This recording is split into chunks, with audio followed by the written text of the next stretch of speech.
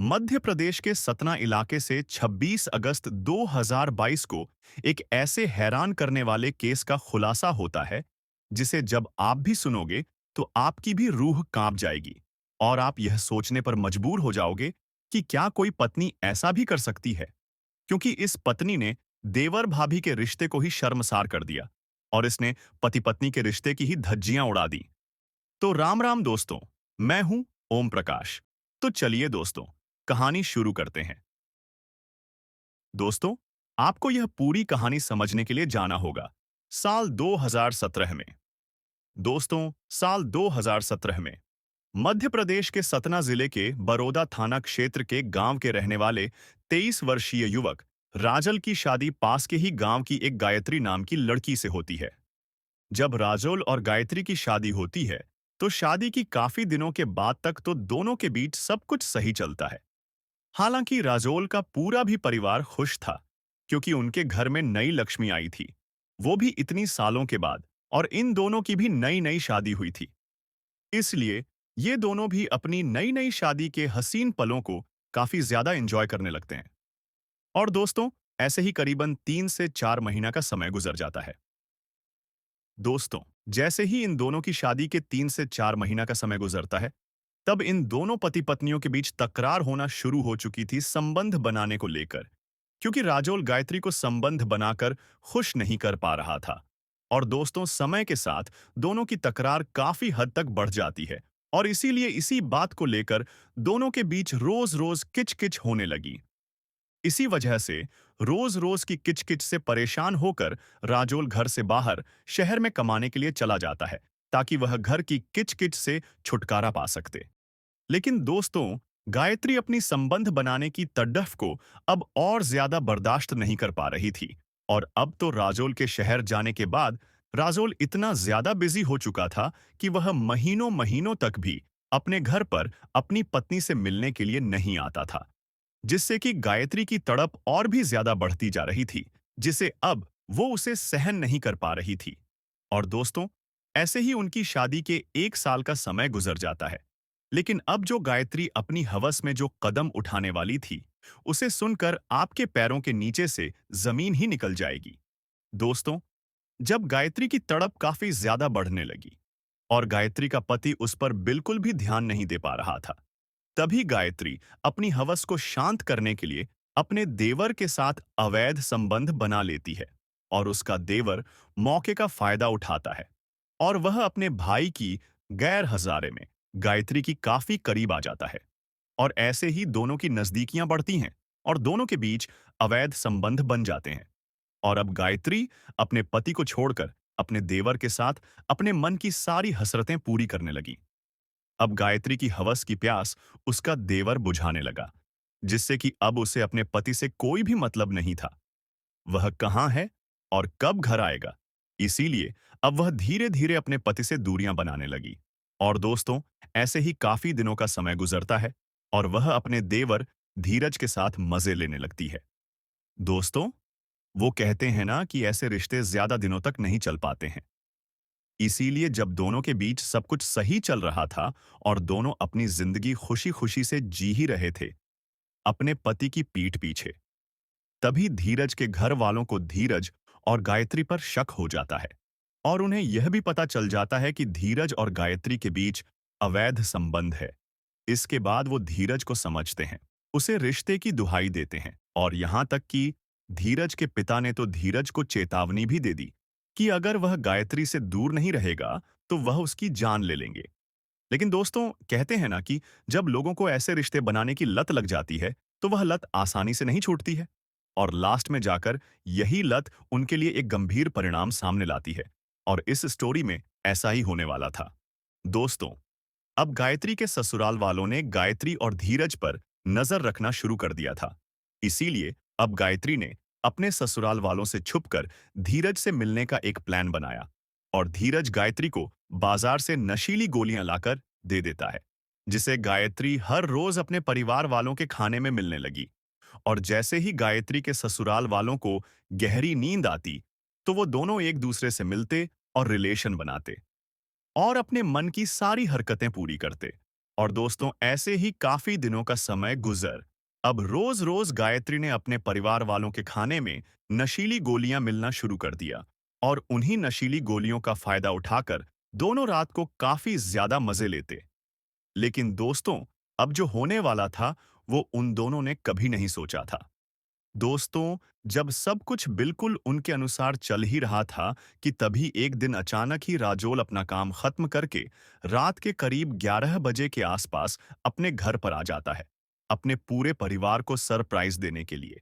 लेकिन जैसे ही राजोल घर में प्रवेश करता है तो वह पता है कि उसका पूरा परिवार गहरी नींद में सोया हुआ है। लेकिन उसका भाई और उसकी पत्नी दोनों बेड पर आपत्तिजनक अवस्था में संबंध बना रहे हैं।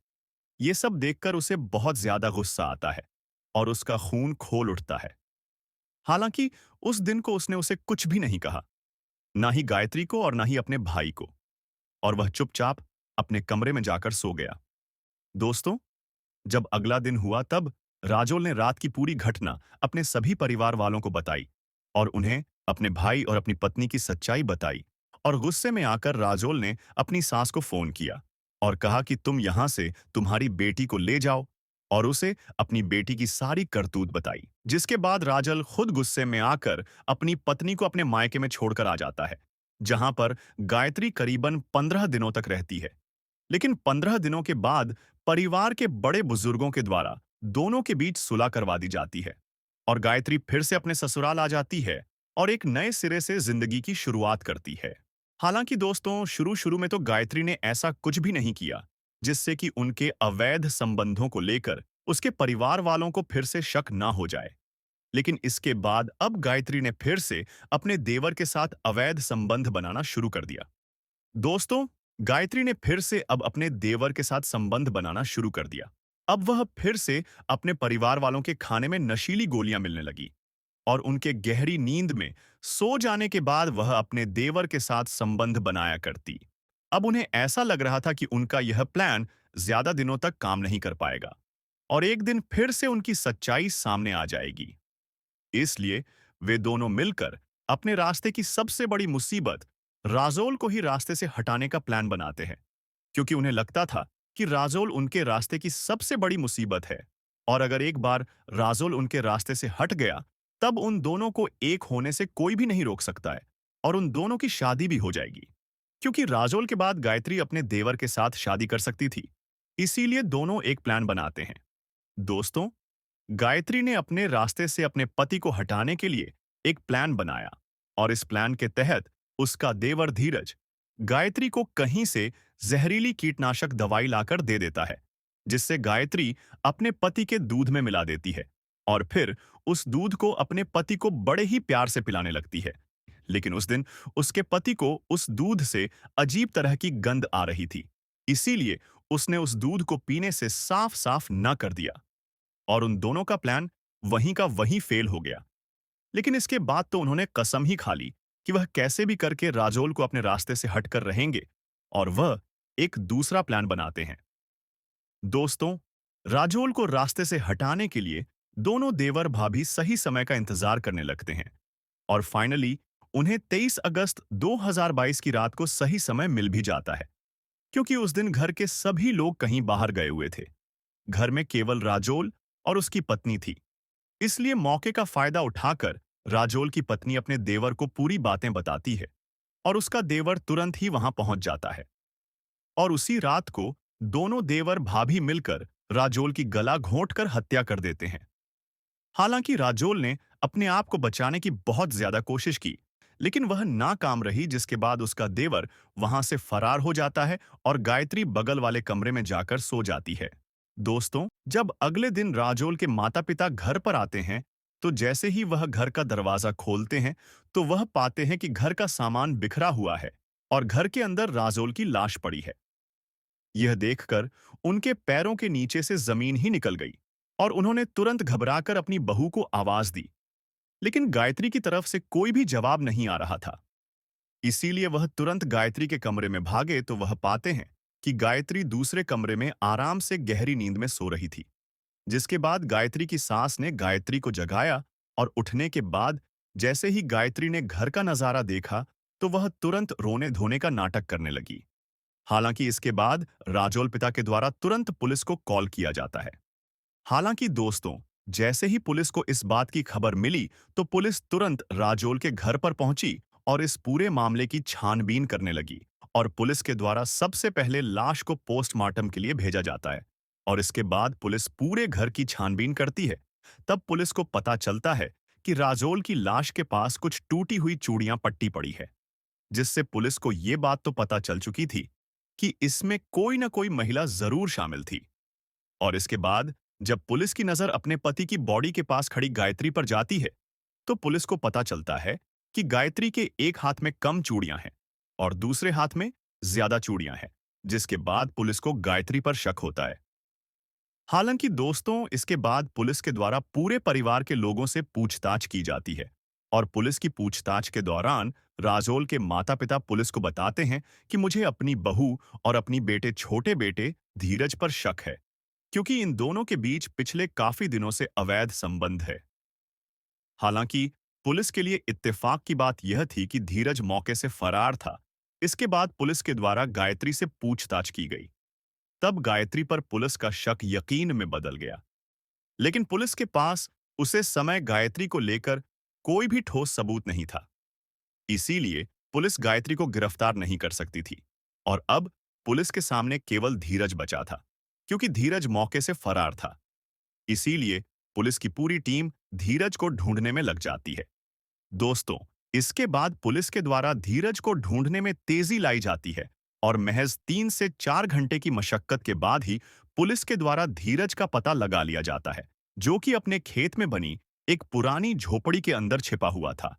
और अपने पास पुलिस आता हुआ देखकर वह तुरंत भागने लगता है। लेकिन पुलिस के द्वारा भागते हुए धीरज को तुरंत गिरफ्तार कर लिया जाता है। और जब पुलिस के द्वारा उससे अपने हिसाब से पूछताछ की गई, तब उसने अपना सारा अपराध कबूल कर लिया। और उसने बताया कि कैसे उसने और उसकी भाभी ने मिलकर उसके भाई राजोल की हत्या की है, क्योंकि इन दोनों के बीच अवैध रिलेशन है। और उन्हीं अवैध रिलेशनों के चलते इन दोनों ने अपने भाई की हत्या की है। और वह हत्या के बाद में वहां से गायब हो गया था, ताकि मुझे पुलिस पकड़ ना सके। हालांकि इसके बाद पुलिस के द्वारा गायत्री को भी गिरफ्तार कर लिया गया।